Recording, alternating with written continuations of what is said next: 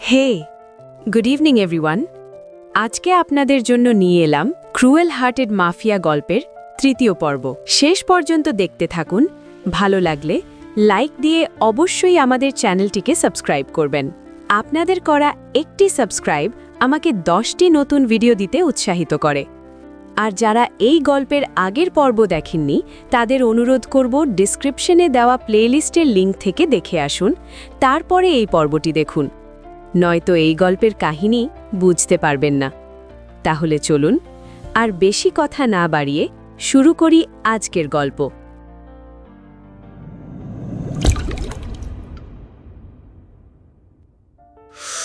Party থেকে প্রায় হিতাহিত জ্ঞান শূন্য হয়ে বেরিয়ে এসেছিল বাণী, আর বিনীত তার পেছন পেছন বাইরে চলে আসে। বাণী বাইরে দাঁড়িয়ে অঝোরে কাঁদছিল। তাকে ওভাবে ভেঙে পড়তে দেখে বিনীত আর দেরি না করে তাকে জড়িয়ে ধরল, কিন্তু বাণীর কান্না থামছিলই না। বিনীত কোনো মতে তাকে ধরে গাড়িতে বসালো এবং নিজেও দ্রুত ড্রাইভিং সিটে বসে পড়ল। তারা সোজা কটেজের দিকে রওনা দিল। গাড়ি থামা মাত্রই বাণী এক লাফে গাড়ি থেকে নেমে ভেতরের দিকে দৌড়ে গেল। সে সোজা গিয়ে কবিরকে জড়িয়ে ধরল।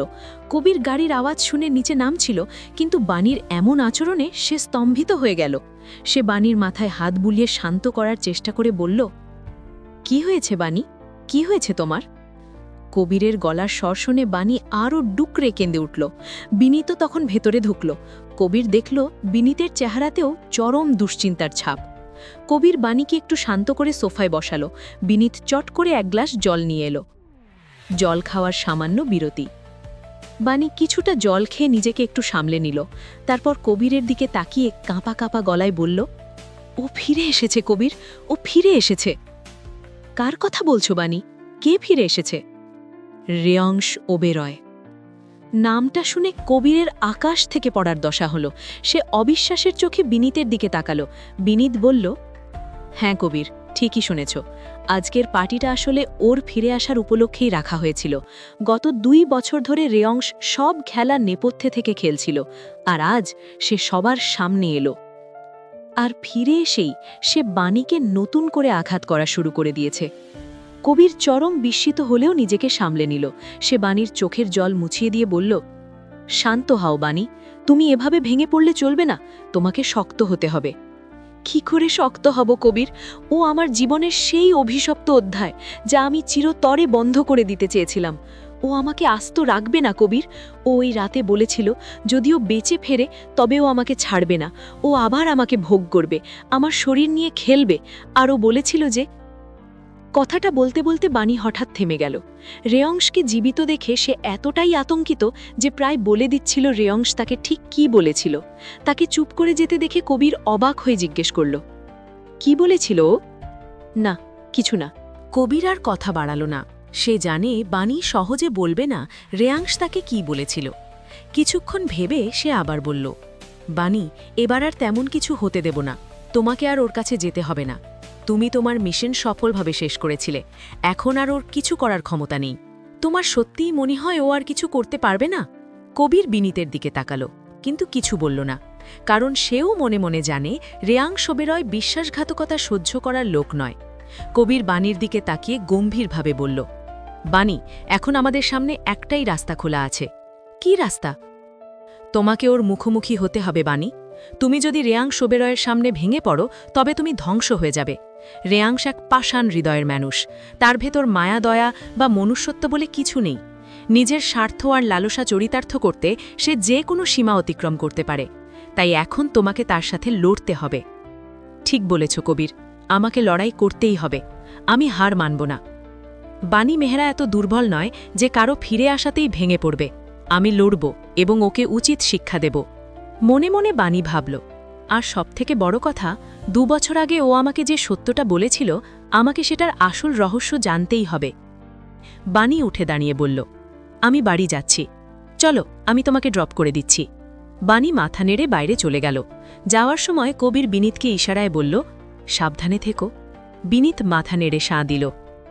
তারা চলে যাওয়ার পর কবির সোফায় বসে একা একা বিড়বিড় করতে লাগল। রেয়াংশ ওবেরয় কোনো কাপুরুষ নয় যে কারো ভয়ে লুকিয়ে থাকবে। তবে সে কেন 2 বছর গায়েব ছিল, আর হঠাৎ এখন কেনই বা সামনে এলো? যা দেখা যাচ্ছে তার আড়ালে নিশ্চয়ই বড় কোনো রহস্য আছে। এই রহস্য বাণীকেই উন্মোচন করতে হবে, কারণ শুধু সেই এটা পারবে। ওদিকে পার্টি হলে আরিয়ান আর রেয়াংশ বার কাউন্টারে বসে ওয়াইন খাচ্ছিল। আরিয়ান বলল, সো ব্রো, অবশেষে আপনি সবার সামনে এলেন। আমরা যেমনটা ভেবেছিলাম ঠিক তেমনটাই হলো। এটা রেয়াংশ ওবেরয়ের চাল ছিল, সফল তো হতেই হতো, আর সবসময় তাই হয় যা আমি ভাবি। ওয়াইনে চুমুক দিয়ে, আমি জানি ভাই, সবকিছু ঠিকঠাকই ছিল, শুধু বাণীর ওভাবে গুলি চালানোটা ছিল একদম অপ্রত্যাশিত। অপ্রত্যাশিত তো বটেই, তবে শেষ পর্যন্ত ও তো আমারই চয়েস, তাই একটু আধটু অপ্রত্যাশিত চমক তো ওর থেকে পাওয়াই যায়। যাই হোক, পরিস্থিতি আগেও আমার নিয়ন্ত্রণেই ছিল, আর আজও আমার মুঠোর মধ্যেই আছে। এখন আমি আমার বেবির সাথে দেখা করতে যাচ্ছি। রেয়াংশ চলে যাচ্ছিল, কিন্তু হঠাৎ থেমে পেছন না ফিরেই বলল, আরিয়ান, কোনো ভুল যেন না হয়, আর বাণীর বিরুদ্ধে কোনো পদক্ষেপ নেবে না, কারণ ওকে ক্ষতি করার অধিকার শুধু আমার আছে। কথাটা বলে রেয়াংশ সেখান থেকে বেরিয়ে গেল। সে যেতেই আরিয়ানের চোখে প্রতিহিংসার আগুন জ্বলে উঠল। সরি ভাই, কিন্তু আমি ওকে ছাড়ব না। ও আপনাকে প্রাণে মারার চেষ্টা করেছে, এর মাসুল ওকে দিতেই হবে। সেদিন যদি আমি... আরিয়ান অতীতে ফিরে গেল। রেয়াংশ জলে পড়ে যাওয়ার পর কবির বাণীকে নিয়ে সেখান থেকে চলে গিয়েছিল। কিছুক্ষণ পর সেরা রেয়াংশকে খুঁজতে খুঁজতে সেখানে আসে। এদিক ওদিক দেখার সময় তার নজর পড়ে মেঝেতে পড়ে থাকা গানটির উপর। তার মানে বাণী বসের ওপর অ্যাটাক করেছে। শিট, বস কোথায়? রেলিংয়ের কাছে গিয়ে নিচে তাকাতেই সে জলের গভীরে কিছু বুদবুদ দেখতে পেল। সেরা বুঝতে পারল রেয়াংশ জলে পড়ে গেছে। অপরাধ জগতের লোক হওয়ায় এসব বুঝতে তার দেরি হল না। সে সাথে সাথে আরিয়ানকে ফোন করল, কারণ একা রেয়াংশকে তোলা তার পক্ষে সম্ভব ছিল না। আরিয়ানের সাথে কথা বলে সেরা সাথে সাথে ক্রুজ খালি করার ব্যবস্থা করল। সেখানে এখন শুধু রেয়াংশের নিজস্ব টিম। কিছুক্ষণ পর আরিয়ান একদল রেস্কিউ টিম নিয়ে সেখানে পৌঁছাল। প্রায় 10 মিনিট পর তারা রেয়াংশকে জল থেকে উদ্ধার করল। রেয়াংশের গায়ের শার্ট রক্তে লাল হয়ে গিয়েছিল, যা দেখে আরিয়ান ঘাবড়ে গেল। তাকে দ্রুত লন্ডনের একটি হাসপাতালে ভর্তি করা হল। হাসপাতালটি আসলে রেয়াংশেরই ছিল। আরিয়ান ওটির বাইরে দাঁড়িয়েছিল, এমন সময় ডাক্তার বেরিয়ে এলেন। ডাক্তার, সব ঠিক আছে তো?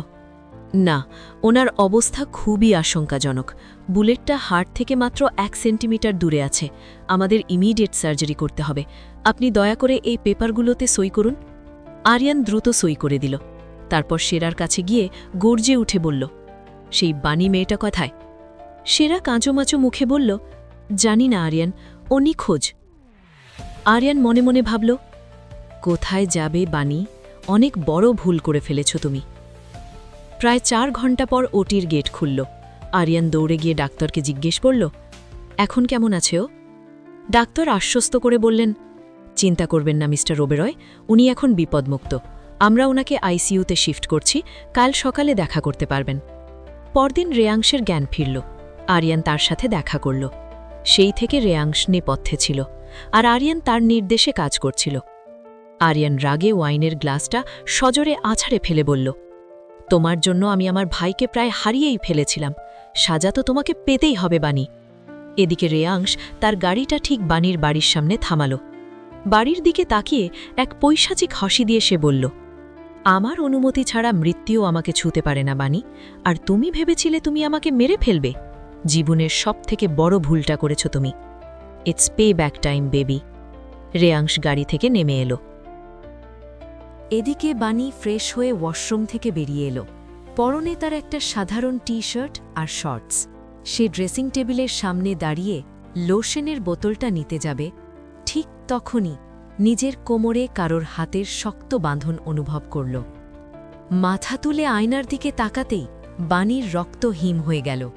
আয়নায় নিজের ঠিক পেছনে সে রেয়াংশকে দেখতে পেল। এই গভীর রাতে নিজের শোয়ার ঘরে রেয়াংশকে দেখে বাণী এতটাই স্তম্ভিত হয়ে গেল যে তার মুখ দিয়ে কথা সরছিল না। বাণী তোতলাতে তোতলাতে বলল, তুমি এখানে কিভাবে? বাণীকে ওভাবে তোতলাতে দেখে রেয়াংশ এক বিচিত্র হাসি হাসল। তারপর তাকে আরও শক্ত করে জড়িয়ে ধরে বাণীর কাঁধে নিজের মাথা রেখে বলল, বেবি, তোমার কাছে পৌঁছনোর জন্য জায়গা বা সময় দেখার প্রয়োজন আমার পড়ে না। বাজে কথা বন্ধ করো, বেরিয়ে যাও আমার ঘর থেকে। একটু থেমে বাণীর হাতটা পরম মমতায় ছুঁয়ে রেয়াংশ বাণীর বাম হাতটা নিজের মুঠোয় নিল। বাণীর অনামিকার দিকে তাকিয়ে তার পরানো আংটিটা দেখে সে বলল, বেবি, আমি তো কোথাও যাইনি, আর যাবও না। তোমার জীবনে আমি সব সময় ছিলাম আর সব সময় থাকব। বলেই রেয়াংশ বাণীর আঙুলে একটা চুমু খেল। সেই সুযোগে বাণী সজোরে রেয়াংশকে একটা ধাক্কা দিয়ে নিজেকে ছাড়িয়ে নিল। অপ্রত্যাশিত এই ধাক্কায় রেয়াংশ টাল সামলাতে না পেরে 2 কদম পিছিয়ে গেল।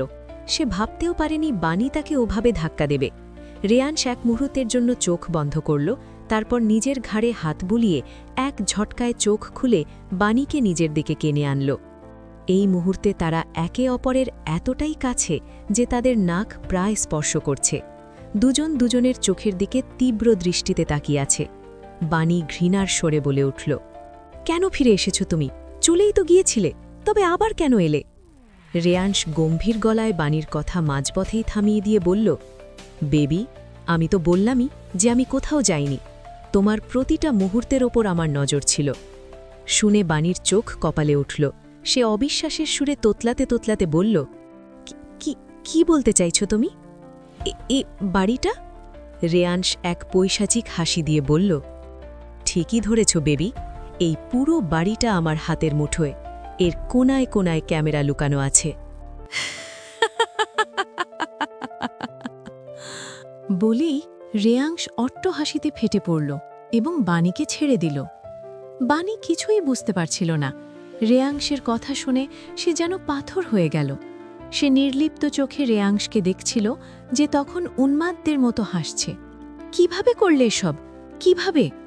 রেয়াংশ বাণীর ঠোঁটের ওপর আঙুল রেখে ফিসফিস করে বলল, শান্ত হও বেবি, না হলে তোমার বাড়ির লোক এখনই চলে আসবে। তখন কিন্তু জবাব তোমাকেই দিতে হবে। হাতটা ঝটকা দিয়ে সরিয়ে রাগে গর্জে উঠে, আমার প্রশ্নের জবাব দাও, কিভাবে করলে এসব? রেয়াংশ এক রহস্যময় হাসি দিয়ে ঘরের সোফায় আয়েশ করে বসল। তারপর এক পায়ের ওপর অন্য পা তুলে ঘাড় তেড়া করে বাণীকে আপাদমস্তক খুঁটিয়ে দেখতে লাগল। রেয়াংশের ওইভাবে তাকিয়ে থাকায় বাণী অস্বস্তি বোধ করছিল। রেয়াংশ তাকিয়ে থেকেই বলল, I really miss you baby. আমাকে বলবে এখানে ক্যামেরা কিভাবে লাগানো হলো? বেবি, তুমি বড্ড ইনোসেন্ট। তুমি ভেবেছিলে বাড়ি পাল্টালেই তুমি আমার থেকে বেঁচে যাবে। এটাই ছিল তোমার জীবনের সবথেকে বড় বোকামি। এই বাড়িটা পুরোপুরি আমার নিয়ন্ত্রণে। আমার ইশারাতেই তুমি এই বাড়িটা এত সহজে পেয়েছিলে। যেদিন থেকে তুমি এই বাড়িতে পা রেখেছ, সেই মুহূর্ত থেকে আমার নজর তোমার ওপর আছে। রেয়াংশের কথা শুনে বাণী বাকুরুদ্ধ হয়ে তার মুখের দিকে তাকিয়ে রইল। রেয়াংশ উঠে দাঁড়াল এবং বাণীর কাছে এসে তার হাতের ওপর আঙুল বোলাতে লাগল। রেয়াংশের স্পর্শে বাণীর ঘোর কাটল। সে চিৎকার করে বলল, কেন করলে এমন? বাণী আর কিছু বলার আগেই রেয়াংশ তাকে কোমরে জাপটে ধরল এবং অন্য হাত দিয়ে তার মুখ চেপে ধরল। বাণী নিজেকে ছাড়ানোর চেষ্টা করছিল, কিন্তু রেয়াংশ তার কানের কাছে মুখ নিয়ে ফিসফিস করে বলল, যার প্রতিটা নিঃশ্বাসের ওপর আমার অধিকার আছে, তার প্রতিটা পদক্ষেপের ওপর নজর রাখাটা তো আমার কর্তব্য। বলেই সে বাণীর কানে একটা চুমু খেল। তারপর তার চোখের দিকে তাকিয়ে হুকুমের সুরে বলল, এবার একদম শান্ত থাকো। আমার সামনে উঁচু গলায় কথা বলা আমি একদম পছন্দ করি না। রেয়াংশ বাণীর মুখ থেকে হাত সরিয়ে নিল। বাণী চরম ঘৃণা ভরে তার চোখের দিকে তাকিয়েছিল। রেয়াংশ সেই দৃষ্টি দেখে পৈশাচিক হাসি হেসে বলল, তোমার চোখের দিকে তাকিয়ে নিজের জন্য এই ঘৃণা দেখার মজাই আলাদা। বাণী বিরক্ত হয়ে মুখ ফিরিয়ে নিল। রেয়াংশ এক হাতে বাণীর 2 গাল চেপে ধরে তার মুখটা নিজের দিকে ঘুরিয়ে রাগত স্বরে বলল, খবরদার, পরের বার আমার সামনে থেকে মুখ ঘোরানোর চেষ্টা করবে না। তার পরিণাম সহ্য করার ক্ষমতা তোমার নেই। কথাটা বলেই সে বাণীকে পাজাকোলা করে তুলে নিয়ে বিছানায় শুইয়ে দিল এবং নিজে তার উপর ঝুঁকে এলো। বাণী আতঙ্কিত হয়ে বলল, কি করছো তুমি? উঠো আমার ওপর থেকে। রেয়াংশ তার কথা কানেই তুলল না। সে বাণীর 2 হাত নিজের হাতের মুঠোয় শক্ত করে ধরে ইন্টারটুয়াইন্ড করে ফেলল। বাণী অসহায় চোখে তার দিকে তাকিয়ে রইল। রেয়াংশ বাণীর ঠোঁটের একদম কাছে মুখ নিয়ে নেশাতুর গলায় বলল, আমি তোমাকে একটা কিস করতে চাই, আর বাধা দেবার চেষ্টা করবে না। মনে রেখো, আমরা দুজনেই এখানে আছি, আর তোমার বাড়ির লোকও পাশের ঘরেই আছে। বলেই রিয়াংশ বাণীর ঠোঁটে ঠোঁট ডুবিয়ে দিল। সে অত্যন্ত গভীর এবং রূঢ়ভাবে বাণীকে চুমু খেতে লাগল। বাণী কোনো প্রতিক্রিয়া জানাল না, সে শুধু চোখ বন্ধ করে নিথর হয়ে শুয়ে রইল। প্রায় 15 মিনিট পর বাণীর দম বন্ধ হয়ে আসার উপক্রম হলে রিয়াংশ তার ঠোঁট সরিয়ে নিল। বাণী হাঁপাচ্ছিল এবং চরম ঘৃণাভরে রিয়াংশকে দেখছিল। তার চোখ ফেটে জল বেরিয়ে এলো। সে ধরা গলায় বলল, কেন করছো এসব, কেন? কারণ তুমি আমার অবসেশন। বাণী অবাক হয়ে তার দিকে তাকিয়ে রইল। রিয়াংশ আবার বলতে শুরু করল, যেদিন প্রথম তোমার ওই ধূসর চোখ দুটো দেখেছিলাম, যেদিন প্রথম তোমাকে ছুঁয়েছিলাম, সেই মুহূর্ত থেকেই তুমি আমার নেশা হয়ে গেছো। আর শোনো, তুমি আমার দুনিয়া ধ্বংস করতে চেয়েছিলে না? খুব শিগগিরই তুমি নিজে সেই দুনিয়ার অংশ হয়ে যাবে। বলেই রিয়াংশের মুখে এক পৈশাচিক হাসি ফুটে উঠল। বাণী কিছু বলতে যাওয়ার আগেই ঘাড়ের কাছে তীক্ষ্ণ কিছু একটা বিঁধে যাওয়ার অনুভূতি হলো তার। সে চমকে রিয়াংশের দিকে তাকালো। রিয়াংশ আসলে বাণীকে একটা ইনজেকশন পুশ করেছে। কি করলে এটা তুমি? বলেই বাণীর চোখের পাতা ভারী হয়ে এলো এবং সে জ্ঞান হারালো। রিয়াংশ বাণীর ঠোঁটের ওপর আঙুল বুলিয়ে বিড়বিড় করে বলল, ঘুমিয়ে পড়ো বেবি, কারণ কাল থেকে তোমার জীবন বদলে যেতে চলেছে, চিরকালের জন্য।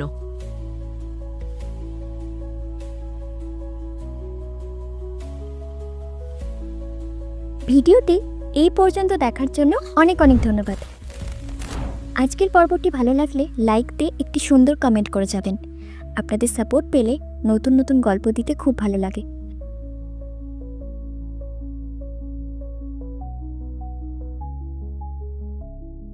ধন্যবাদ সবাইকে। ভালো থাকবেন, সুস্থ থাকবেন।